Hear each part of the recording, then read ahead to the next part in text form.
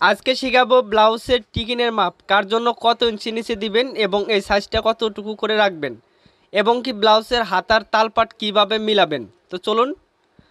তো দেখেন, সর্বপ্রথম ঘাড়ের এইখান থেকে ধরে আপনারা 9 ইঞ্চি করে ব্লাউজের টিকিনের মাপটা রাখবেন। যাদের বয়স কম তাদের জন্য, যাদের বয়স বেশি তাদের জন্য হাফ ইঞ্চি বাড়িয়ে 9.5 ইঞ্চিতে মার্জিন করবেন। এটা ব্লাউজের লম্বা অনুযায়ী কিন্তু টিকিনের মাপটা দিতে হয়। যাদের একটু লম্বা বেশি তারা 9 ইঞ্চি রাখবেন, যাদের হাইট কম তারা 8.5 ইঞ্চি নিচে রাখবেন, ঠিক আছে। তো এটা কিন্তু বডি অনুযায়ী আর কি অ্যাকুরেট হয় না। যাদের বয়স কম হয় তাদের জন্য একটু আপনারা হাফ ইঞ্চি উপরে রাখবেন, যাদের বয়সটা বেশি হবে তাদের জন্য হাফ ইঞ্চি নিচের দিকে টিকিনের মাপটা দিয়ে দিবেন।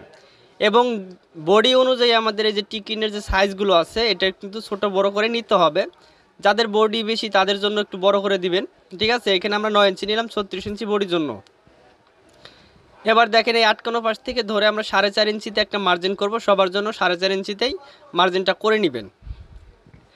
এইখান থেকে নিচ থেকে এইভাবে মার্জিন করবেন, এইখান থেকে হাতার মহড়া পর্যন্ত একটা মার্জিন করতে হবে, ঠিক এইভাবে। আর এইখান থেকে ধরে আমরা ফিতাটা এভাবে নিয়ে এখানে একটা চিহ্ন করে এখানেও একটা মার্জিন টেনে নিব। তাহলে এটা আমাদের শেপ হবে কয়টা? 4টা শেপ, ঠিক আছে। তো এবার আমাদের বডি অনুযায়ী মাঝখান এই মিডিল পয়েন্ট থেকে ধরে সাইজগুলো আমাদের নিতে হবে। তবে মনে রাখবেন, সবসময় আপনাদের যদি 30 ইঞ্চি বডি বা 32 ইঞ্চি বা 33 ইঞ্চি বডি হয় তাহলে আপনারা 1.5 ইঞ্চি বা 2.5 ইঞ্চি করে নেবেন। তো আমি 36 ইঞ্চি বডির জন্য এখানে আমি 2.5 ইঞ্চি করে চিহ্ন করব, ঠিক আছে। আপনারা যদি বডি বেশি হয় তাহলে এই সাইজটা একটু বড় করে নেবেন। একদম বেশি বড় করবেন না, তাহলে কিন্তু লুজ হবে। যাতে করে ব্লাউজটা টাইট ফিটিং হয় সেইভাবে আপনারা এই টিকিনের মাপগুলো দিয়ে দিবেন, ঠিক আছে। এটা সম্পূর্ণ বডি অনুযায়ী সাইজগুলো ছোট বড় করে আপনারা কাজটা করবেন। এখান থেকে ধরে দেখেন, আমরা ঘাড়ে এখান থেকে ধরে 9 ইঞ্চি নিচে এইভাবে মার্জিনগুলো করে আমরা এইভাবে তৈরি করব। এবার দেখেন, হাতার সামনের পাটে তালপাট কাটিং করতে হবে, যেটা আমরা টিকিনে মাপ দিব যেটার মধ্যে, এই পাটের মধ্যে আমরা তালপাট কাটিং করব। এখান থেকে পিছনের পাটটা সরিয়ে শুধু সামনের পাট, এটা হচ্ছে সামনের পাটে আমরা দেখেন হাফ ইঞ্চি ভিতর থেকে ধরে আমরা একটু সামনের পাটে রাউন্ড করে কেটে নিব। দেখেন, এইভাবে কাটলে এটাকে হাতার তালপাট বলা হয়।